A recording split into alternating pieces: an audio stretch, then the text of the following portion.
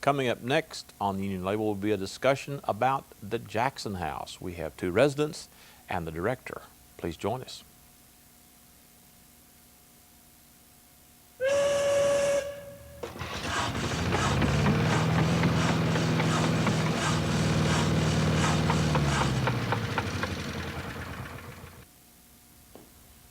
Welcome back.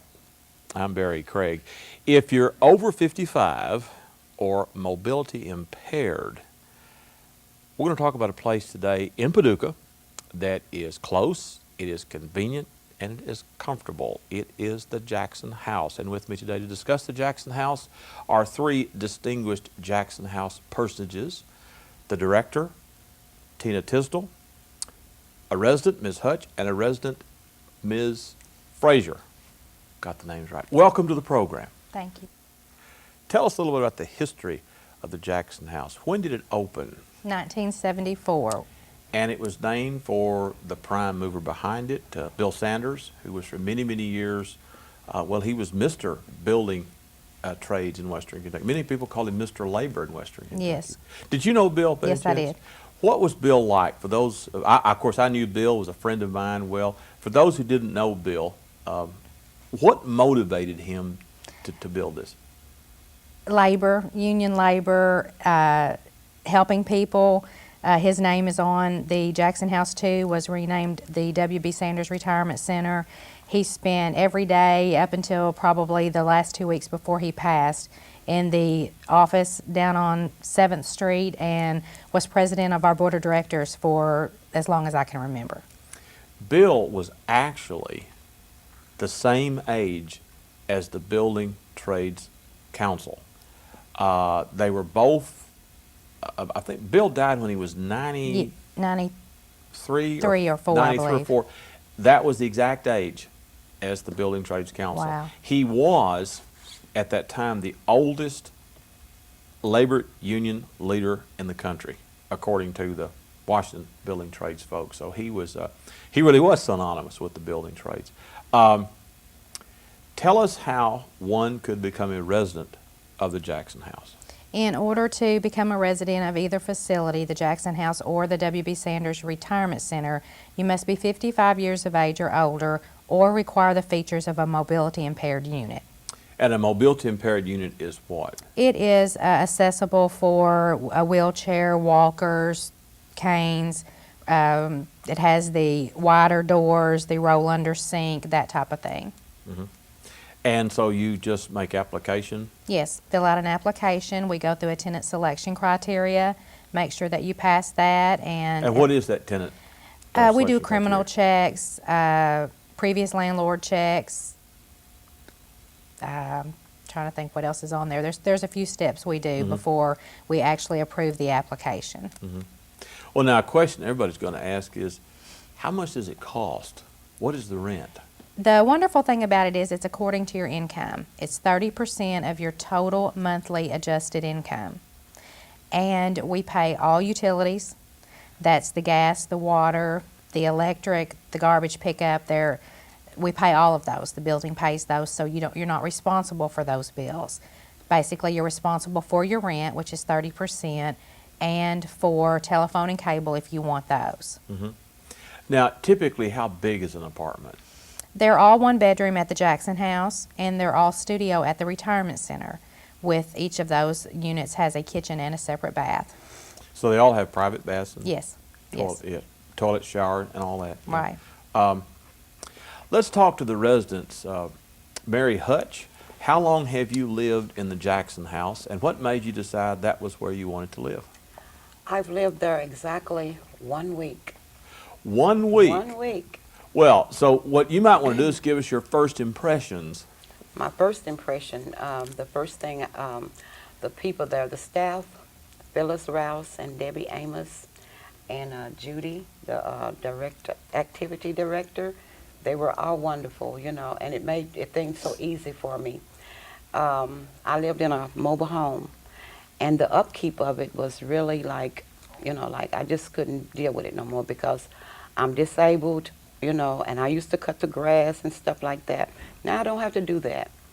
Mm-hmm. And the grocery store, the gift shop. I was hungry one day. I just moved in, and I said, darn, I need me something to eat, you know. So I said, I'm going downstairs and see what's down here. So they had a grocery store. I made chili, went upstairs, and I mean, it's just convenient. The comfort is just convenient, and I love it. I really do. And my apartment is on the 17th floor, and I'm overlooking Paducah. I can see all the lights at night, and it's really beautiful. Oh, yeah. You can see the river from up there very Yes. plainly. Yeah. Yeah, I'm on the city side. On the city side, but Yes. just to see the countryside for Right. miles around. Yes. Well, now, did you grow up in Paducah? Are you from here? Yes, I am. And so you're retired. Yes. Where did you work before you retired? I was a beautician, retired beautician. And our other guest who's been kind enough to drop by and see us is Afton Fraser. How long have you lived in the Jackson house? I've been to Jackson House 21 years. So we have the opposite end, 1 week and 21 years. Well, what is your long-term impression of the Jackson I house? love it there. It's convenient, it's safe, we have guards around the clock, and you don't have to take care of maintenance. If something breaks down, you just call the maintenance and they fix it. And I love it there. Mhm. We have a gift shop that I work in, like 1 day a week, and just keep busy, and have a laundry, and just everything that you really need on the outside world is there. Mhm. Yes. And are you from Paducah originally? Yes, I was born in Anna, Illinois, but I've been in Paducah for about, I guess 60 years. I guess we would consider you a Paducan Mhm. in that tenure. So what did you do before you retired? I'm a nurse. I worked at the old Riverside Hospital for 15 years. Then I went to Dr. Brad Munster's office and worked 12. Then he retired, or didn't retire, he went to the emergency rooms to work. Then I went to work for Dr. Kenneth Cook and worked 8 years. Mm-hmm. Mm-hmm. Well, now, are you a widow? Yes. And are you a widow as well? Yes, sir. So it's sort of a family. You obviously miss your family, but this is sort of a replacement family, I guess. Yeah, my children come quite often. They come, really often, and I enjoy that. But I think that the people in the Jackson house are friendly. I mean, you have lots of friends there. Mm-hmm. Mm-hmm. Mm-hmm. Well, what Neighbors, really. I'm sorry? It's just like neighbors. What made you decide that the Jackson house was for you? You lived in the mobile home, obviously, for practical reasons, but there are other places around. Security, convenience, as I said, and it was just something that, first of all, I didn't want to. I said it was too high for me, the 20th floor, and after I seen it, I just couldn't. I had to have it. The rooms was the bedroom, the kitchen, the bath. Everything was just perfect. And when I went in there, it was just clean, immaculate. Mm-hmm. And my sister, she's gonna move too, Dorothy. She's been in her house for like 30 years, and she come there and visit me, and she said, I got to have one. So she's moving out of her house and moving into the Jackson house. It's really nice. I love it. That's another thing too. A lot of obviously you're people who are retired. You're a widow. Your spouse is gone. You're leaving your house. Do you sort of counsel people? The fact that you're moving out of the house you lived in, you raised your family in. Is that part of the? We don't actually do any counseling, but we try. Sort of informally, I guess. Right. We'd say. We try to accommodate them every way we can. If there's anything that they need, whether it be stamps or transportation to the doctor, we have a full-time activities director, Judy Yetter, who plans something almost every single day of the month. There's very few days that go by that we don't have activities. So that also helps in keeping everyone busy. When you get in there, you're going to realize that there's somebody there that you didn't know lived there. So it's amazing that out of all the people, how many people that you will know. And the activities keep you busy. I think we have a wonderful, wonderful staff that will help in any way possible. You can't find a better staff. And we just try our best to accommodate them in every way. What are some of the activities that you all participate in? They have bingo every Tuesday night, and they have a potluck at well, not every month now, but just quite often they have potlucks. And we have speakers that come. We have an association, and we have meetings with, usually they have a speaker that comes, maybe. What kind of speakers come? Well, sometimes a lawyer, sometimes a doctor, or sometimes just for different, activities. Yeah, so that would be practical, for example, medical conditions, wills and things like that would be, yeah. Do politicians ever come and politic over at the Jackson House? We have had some speak there, yes. We also had, when the Medicare changes came about, Right. they came in and spoke to our residents on Medicare, the updated changes and everything. Yeah.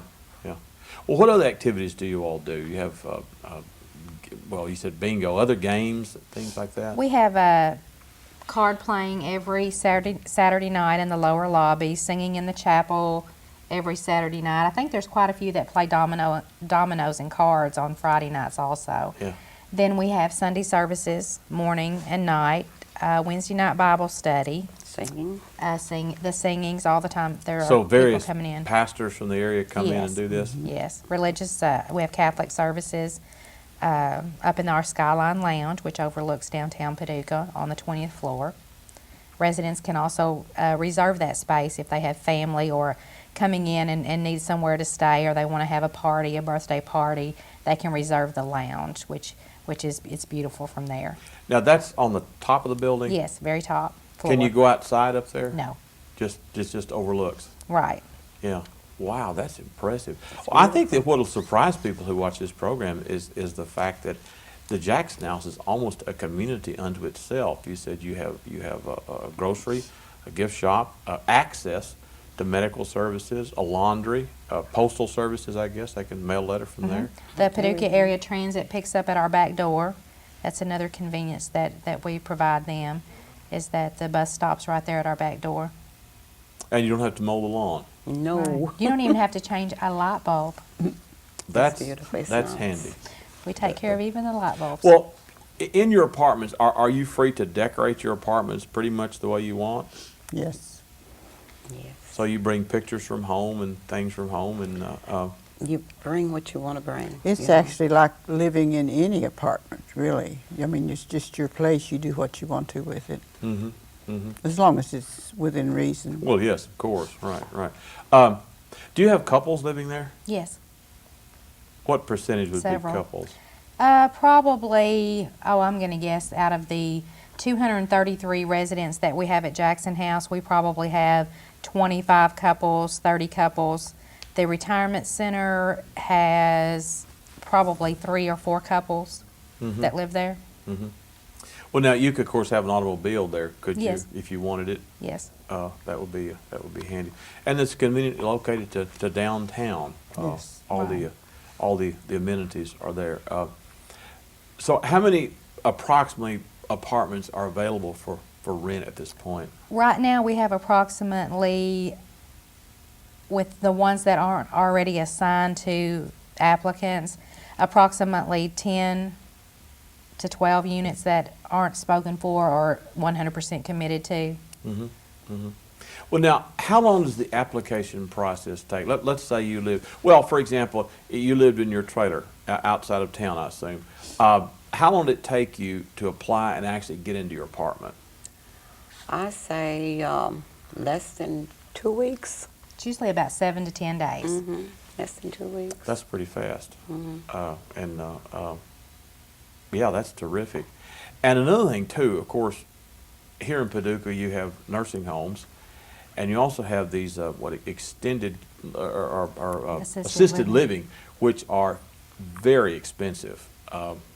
My mother is 85 years old, and unfortunately, we had to put her in a nursing home, and we investigated this assisted living, and it was very expensive.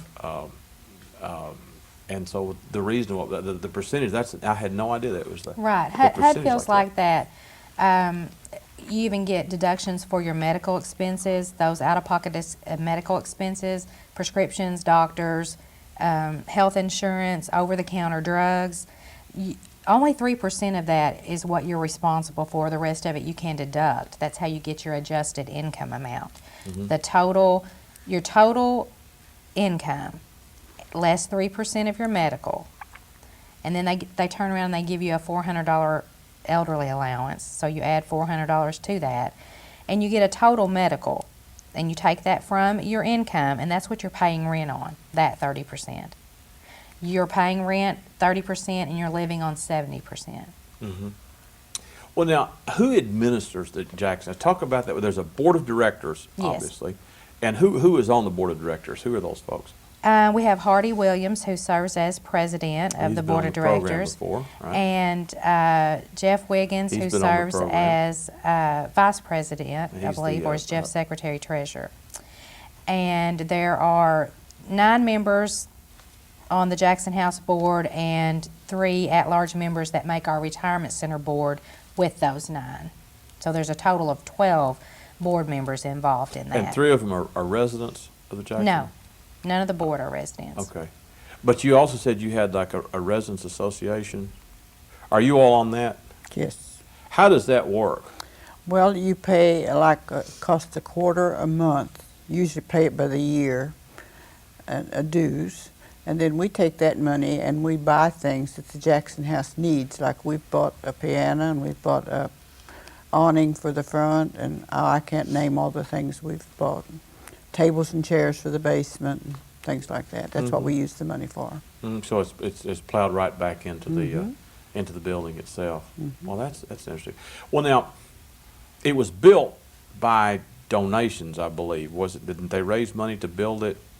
I wasn't there when they actually, let's don't ask that question, when we actually built the building. Right. But it was built through union labor organizations. Right. It was, and I'm thinking money was donated. In fact, I think Bill Sanders put up some of his own money to build the thing. Well, now, how is the state and federal government involved in the Jackson House? The state is over we get Section 8 funding from the state. Which is what? The contract rent is set at a certain amount, and if your 30% of your total income, which is your rent, is $100, and the contract rent is set at $390, then the state is going to pay us in Section 8 funding on that one person's rent the difference to make that up. And we have so many Section 8 slots available at the Jackson House, which is 188, and the retirement center are all Section 8 units. And then what?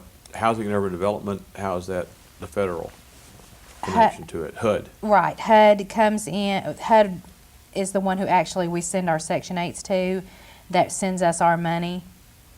Right. Okay. Yeah.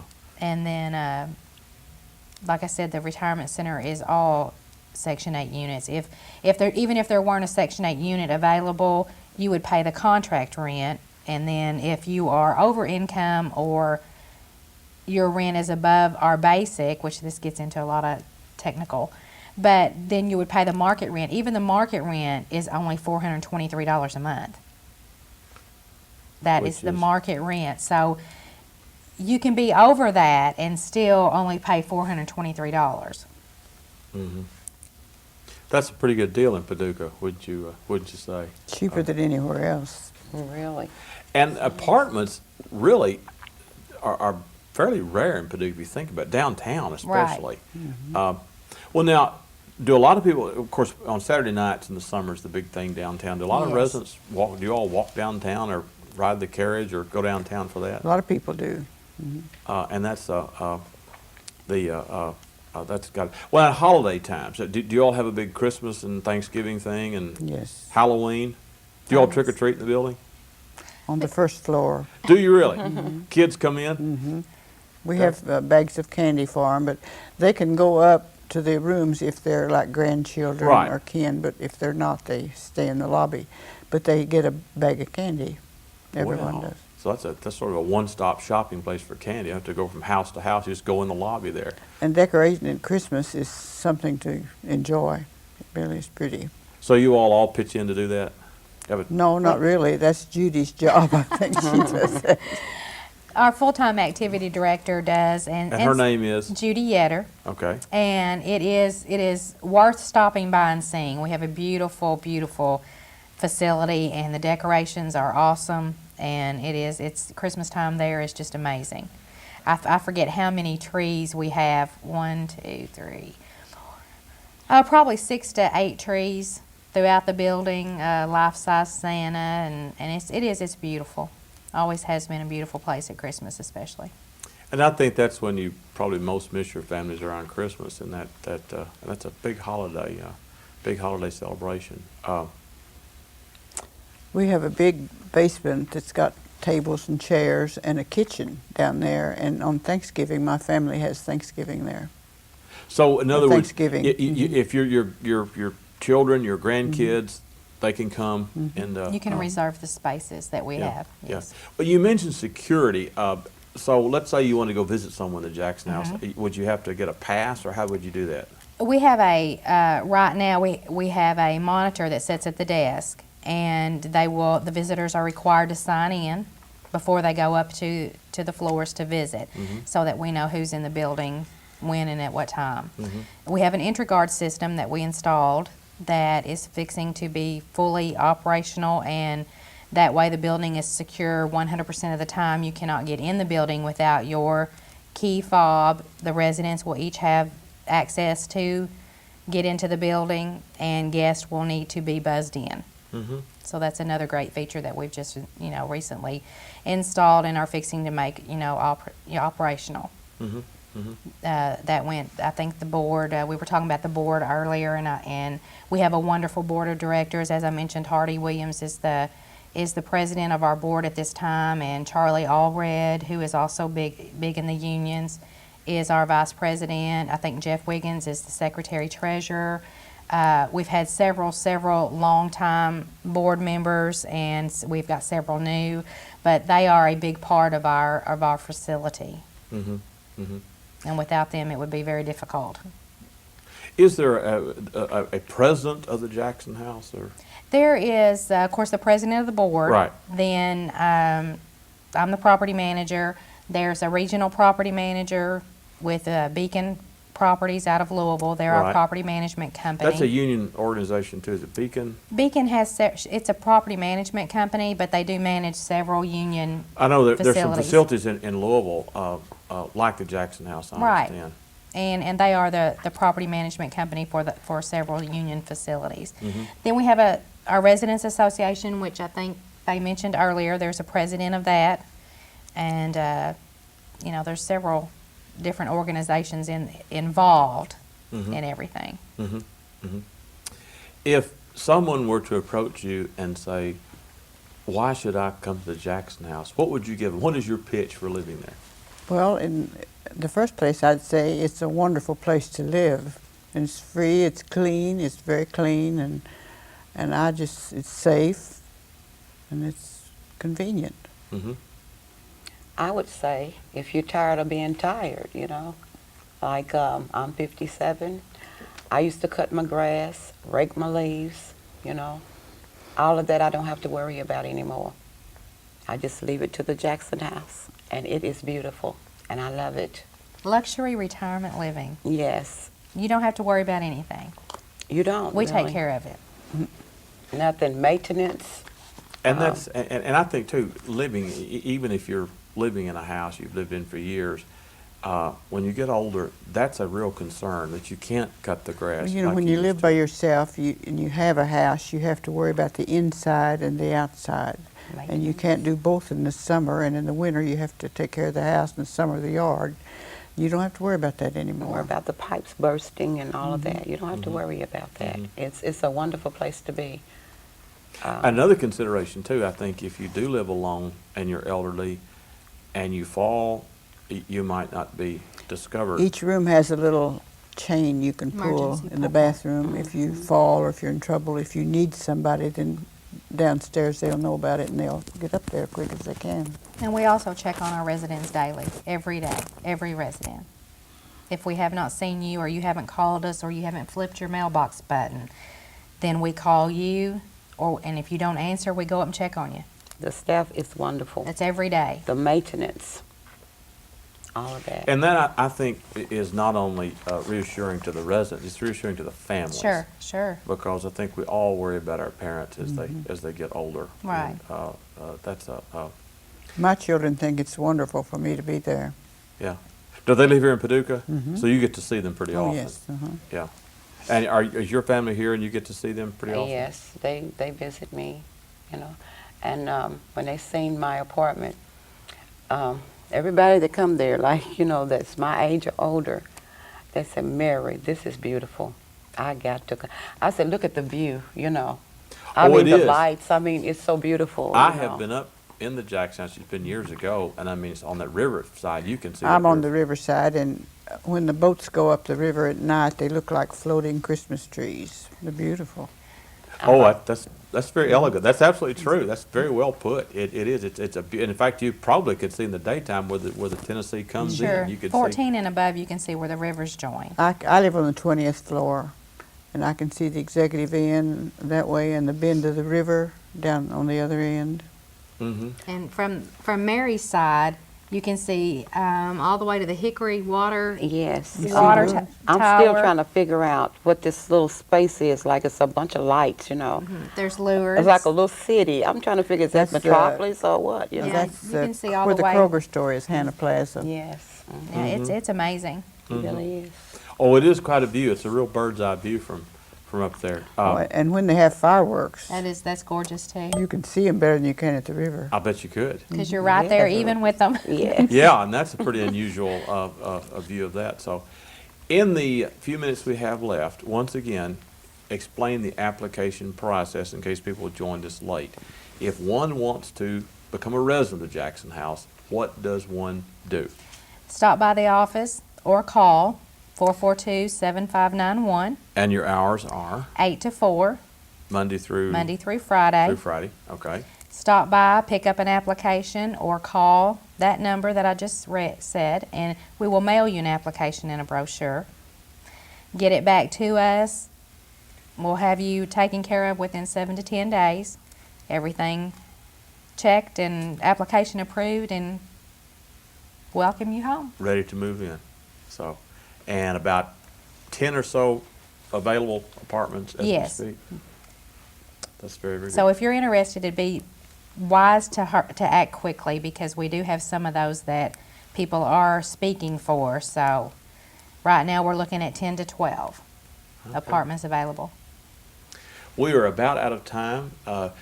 Do the telephone number one more time. 442-7591. Excellent. My guests today were Tina Tisdal, Mary Hutch, and Afton Fraser of the Jackson House. I'm Barry Craig.